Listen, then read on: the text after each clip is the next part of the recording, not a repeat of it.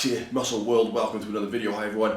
And so today I wanted to do a boot review. Before spending any money on a purchase, I like to see how other people have got on with it. I'll often look at different sources and I'll go around YouTube videos, reviews on different websites, Amazon. But anyway, so I was just looking around, I popped into Sports Direct and I saw a boot. It was a Karrimor boot, but this boot looked quite good. And I thought, well, it looks good, it feels good. Just by touching the boot and feeling it, I thought, well, it feels like quite a good boot. So I went home and then I did some kind of searches for, on Google, on YouTube, for a review of this boot, and I couldn't find any. So I went ahead anyway and I bought the boot. The boot in question is the Karrimor Cheetah, Karrimor Cheetah. It's called, brown colour, as you can see there. So I went ahead and bought the boot. Usually I find with these type of reviews as well, people have them for like a week and then they'll review the product, and like that's no good. I don't want to know how somebody's experienced it in a week.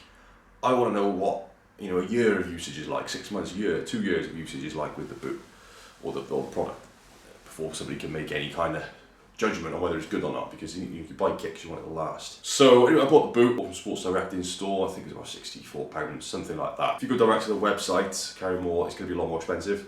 So if you are looking to buy the boot, I would say go to Sports Direct or Amazon. It seems to be a little bit cheaper there. Is the boot any good? So I'll talk about the different things that I find that I look for in a boot and what my kind of requirement is. I'll give you my experiences. I'll say what I found was good, what I found was bad about the boot. First thing I look at with the boot, one of the first things I look at the boot is the sole, the grip. So mine's still a little bit muddy, as you can see that mine's still a little bit muddy from my last kind of adventure.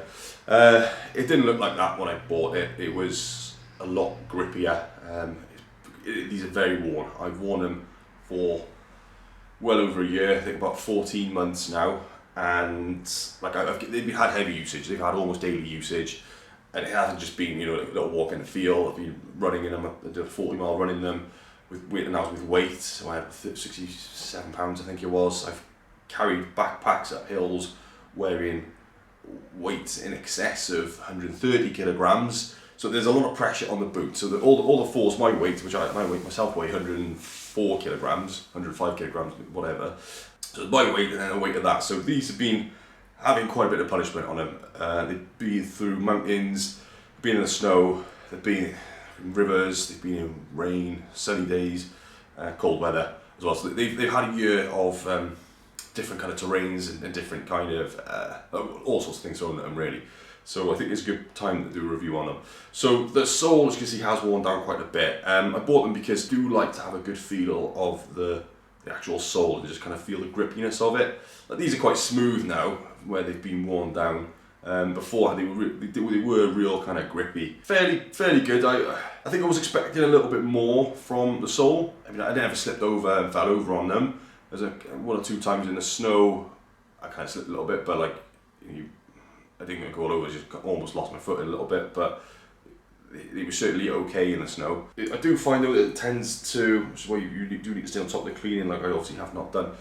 Like the grooves are quite small, I find, in places, so I find that they just get filled with mud, so that just kind of makes them redundant. So if you're walking around on muddy fields and trails, things like that, then that kind of works against it. But walking on like stones and like mountains, things like that, they'd probably be a little bit better than if they got completely caked in mud. That was one observation with that. Has the sole lasted?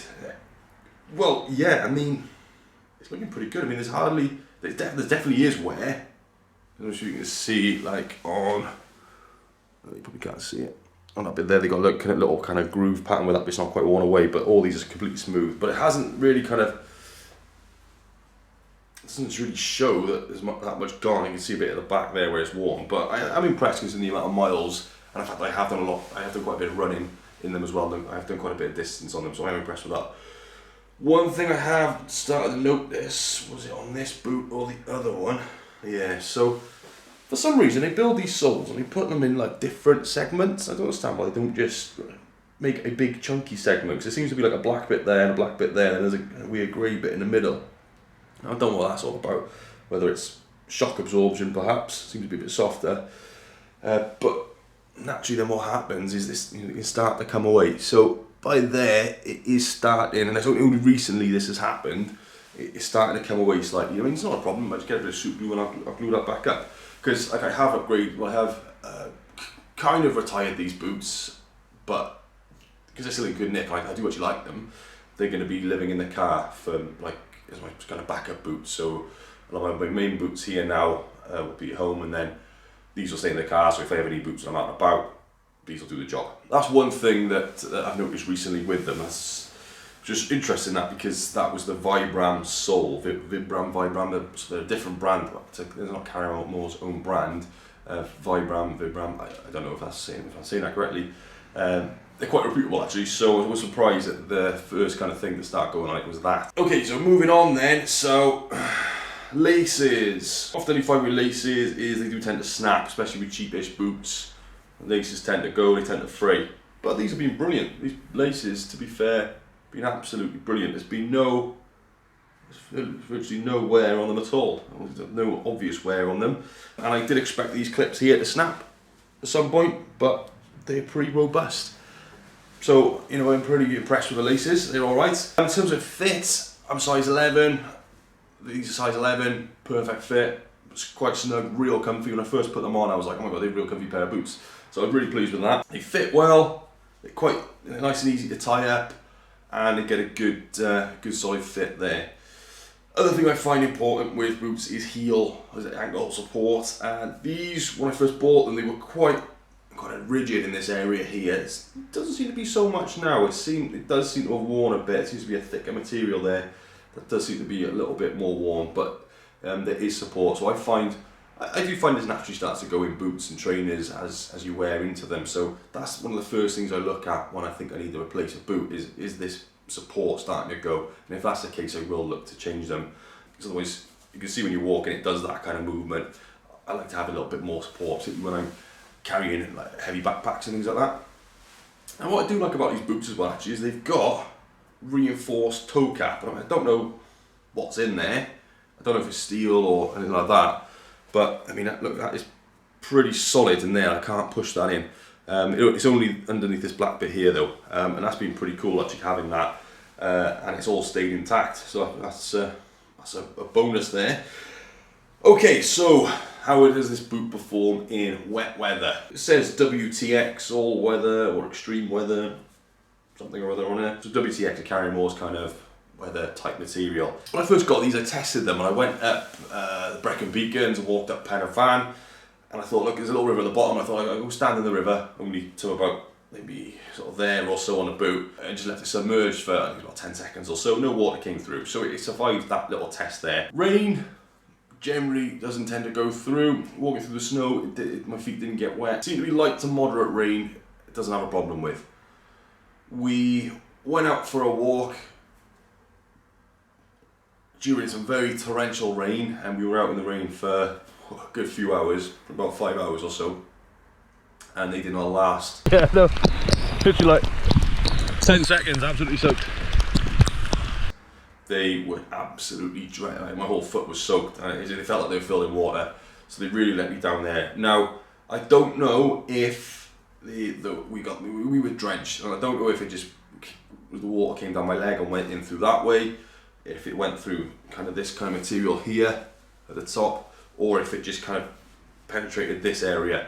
But it got in somehow, and yeah, was a bit surprised at how quickly it got in, considering the other tests I've done on it. So partly I thought a lot of it came down my leg because we were absolutely drenched. So I don't know with that, but that's the only time really that they've let me down in terms of being water resistant. When they do get wet, they take a very, very, very long time to dry. So that tells me that this outer layer here, rather than just kind of repelling the water and allowing it to kind of flow off, that tells me it is absorbing it. So there must be some kind of limit to how much it, once it gets saturated, how much it can actually absorb before water starts to push through. So I think that's something to look out for there. So not ideal in extremely wet conditions, not for a prolonged period of time anyway, because that had effect on my feet then later. Because what happened then, we went for a long run, it was really hot, we kind of had two extremes of weather, really hot days, so my feet were sweating, so they were soaking wet anyway, and then when it rained they were just even wetter, so yeah. Right, another thing I noticed with this one, for doing long durations, I found that the insole took a bit of a pounding. I'm not sure if you can see with that, but it's literally turned paper thin in certain areas, so there's no shock absorption whatsoever coming from the insole. It's completely lost its comfort in terms of what it used to be like. Like I can see through these, the main parts there, the heel and the bit where the ball of the foot goes. There's massively noticeable with that. Hasn't quite disintegrated, but it is just literally pounded beyond any kind of form of use. But I did go online, Amazon. I bought an insole to try and replace it. The rubbish, I threw it in a bin and I just put these ones back in there. So for the time being they're gonna be alright. But I don't plan on doing any long duration hikes or walks in them anyway. But even if I do, they do still have a little bit of comfort in them, and my feet are just used to them anyway. It's moulded to the shape of my foot, so it does feel nice and comfortable, reasonably comfortable anyway. So is the boot comfortable? When I first bought it, very much so. Over time, things are starting to get a bit worn, so it's not as comfortable as it used to be. But you know, I do enjoy it. I do like the boot. I think it's a good looking boot, and I can't really say too much badly about it. I think it would do someone who, if they were just going, you know, maybe walking a dog. In terms of in the cold weather, yeah, a moderate degree of protection, but I mean, it's not a snow boot. It's not going to keep your feet toasty and warm for a prolonged period of time. So if you are going to wear them, you're going up in a snowy area or a very cold area, well, firstly I'd say maybe look against some snow boots. But if you just happen to have these boots, you're going to need to have a decent pair of socks on underneath.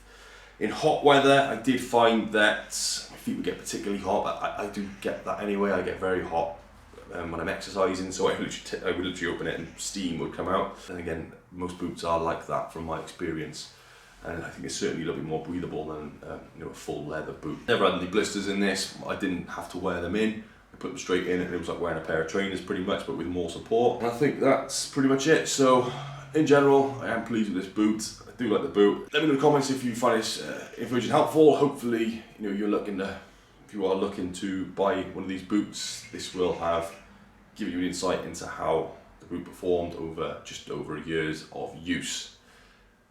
There's a nice close-up view there, so you can see it. Thank you guys, take care of yourselves, see you soon, bye bye.